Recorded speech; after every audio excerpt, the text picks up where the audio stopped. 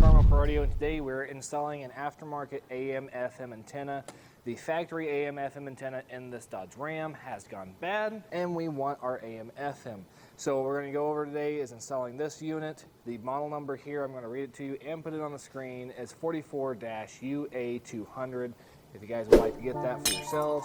The tools I want to use is the pry tool, your zip ties, what is this, a T20 for the radio removal, my Super 33 Plus tape, and the test tape, my strippers, and my flush cuts. So let's go ahead and get this mounted to the top of the window, start running behind the radio and pull the radio out.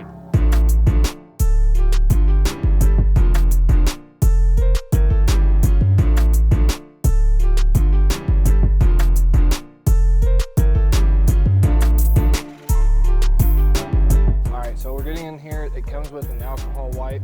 We're going to go ahead and start wiping this down for the adhesive to stick to. We're going to put this pretty much right here up on the headliner. Before I do, kind of like we did in the last video on the Ford F-150, I'm going to pull the sealer down, give me access to run wires, and then I'm going to move this antenna, kind of get my length started. Tuck this into the headliner. Pull it down, pull it back up.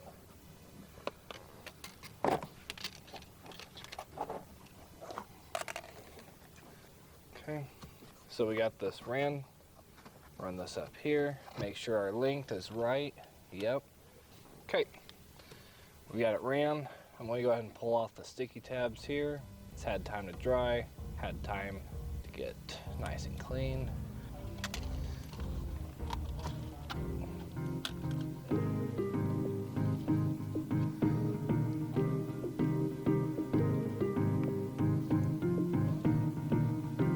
All right, so now it's tucked up, it's mounted to the glass. Let's go ahead and fix the microphone, put that back up where it should be. We're going to run this down, over, and up to the radio. And I need my pry tool. Oh, hey, there it is. Didn't even need it, just grab it from the bottom. Way to go. Tuck this down, tuck it back and behind, tuck that in. Take this head, not the headliner, but the weather stripping. Okay. Then we're going to run it down and underneath the carpet and up to the radio. Nope, can't do that because there's not enough length. Okay, so we're going to run through the center. That's the only option I've got with the length that I'm providing, but I'll still make it look as if it's OEM. Hold that. Okay, now I don't have access behind the radio yet, so I'm going to stop here. Grab this. On this Dodge Ram, almost most of your Dodge Rams, if it has this style here of this screen, you're going to come up here, you're going to pull this plastic out, you set that to the side. Now this is where it's different. Some of them have T20s, some of them have Phillips. It's totally different and random. I don't know why. Figure out which one it is, get the corresponding bit, take these two out, and then it's going to feel like you're going to break your radio. You pull it out. That's all there is to pulling this dash off for your radio. And to be exact, this is a 2021 Ram. I will go ahead and show on screen the years that this is applicable to, just like I did in the Ford F-150 if you guys already have an aftermarket radio in there. And this is something that you are dealing with. There we go. Scary part is that right there. Whole radio literally just pops out. Nice and gentle with it. Feels like you're gonna break it. Scares me every time. Run this down and through. Okay.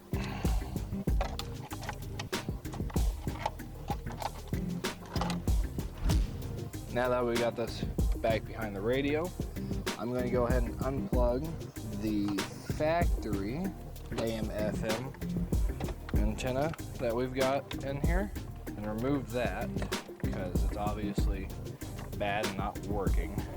So this is what the antenna adapter would look like on this car, but the factory antenna is bad, and we've already swapped this out just to verify. So this part's still good. We're going to credit the customer back that part, and then we're going to be hooking up this red wire. We have red and black. You can take your black, you can put that to ground, and you take your red and you're going to hook this up to ignition or powered antenna. So I'm going to go ahead and make those connections real quick.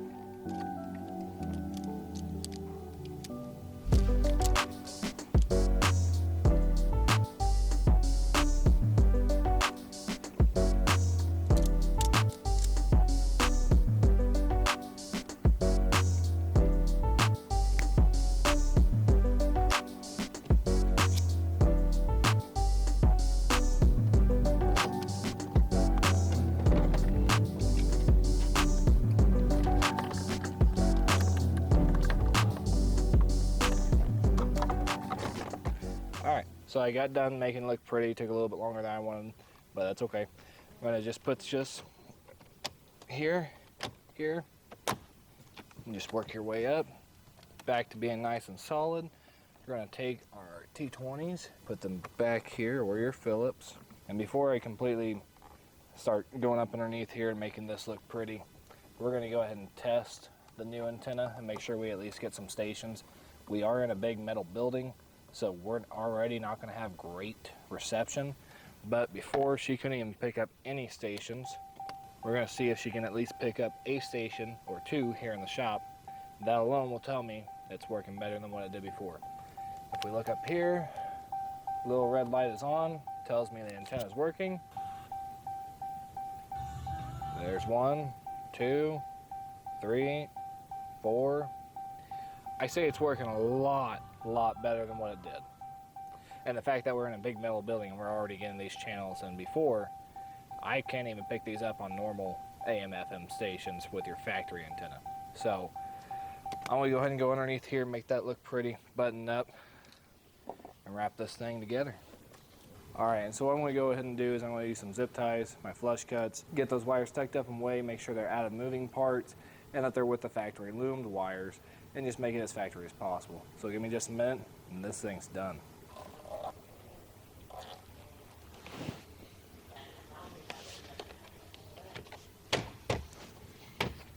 Just like that, guys, it's installed, it's ready to go.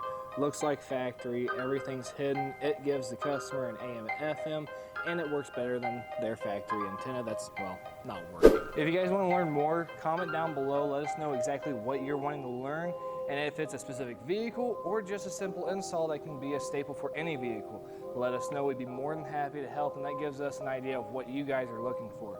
Until then, have a blessed day, and we'll see you next time.